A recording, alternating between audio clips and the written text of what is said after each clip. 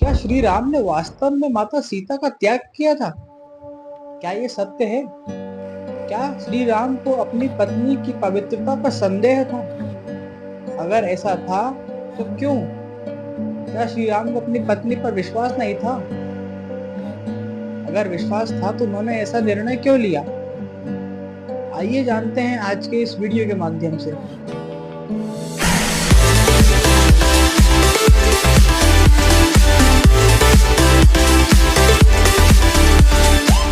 तो अब जहां तक बात है इस घटना के सत्य होने की, तो ये घटना वास्तविक है।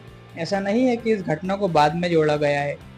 अब अगर हम बात करें इस घटना के मूल कारण की, कि क्या कारण रहा, क्या मजबूरी रही श्री राम की कि उन्होंने ऐसा कठोर निर्णय लिया, वो भी अपनी पत्नी के प्रति, यह जानते हुए कि वे पवित्र हैं।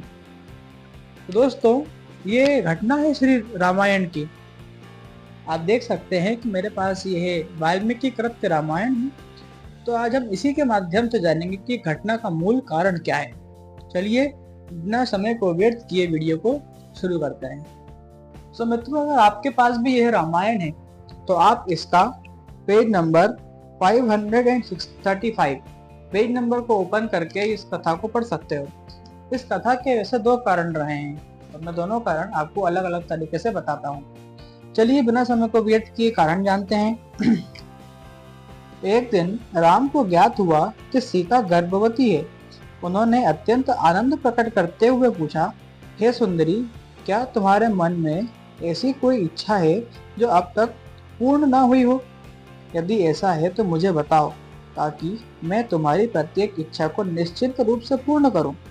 सीता ने उत्तर दिया, हे प्रभु, आपके सानिध्य से मेरी सभी इच्छाएं पूर्ण हो गई है तथा मैं संतुष्ट हूँ। तथापि चूंकि आप पूछ रहे हैं, मैं गंगा के तट पर स्थित ऋषि मुनियों के आश्रम में जाने की अभिलाषा रखती हूँ, ताकि मैं वहां रहने वाले ऋषियों को प्रणाम कर सकूं। तो आप सुन सकते हैं कि ये सीता की ही स्वयं से इच्छा थी कि वे ऋषि मुनियों के आश्रम में जाकर रहे। इसके अलावा एक और कारण है जो श्री राम बाद में बताते हैं।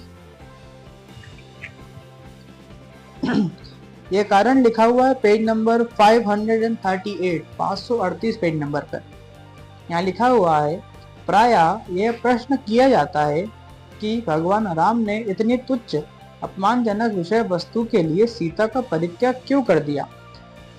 इससे ऐसा प्रतीत होता है कि भगवान राम अपनी पवित्र पत्नी के प्रति निष्ठुर एवं कठोर थे, किंतु एक आदर्श राजा होने के नाते भगवान राम को अपने वंश की गरिमा बनाए रखनी थी एवं आने वाली पीढ़ियों के लिए निर्दोष दृष्टांत प्रस्तुत करना था।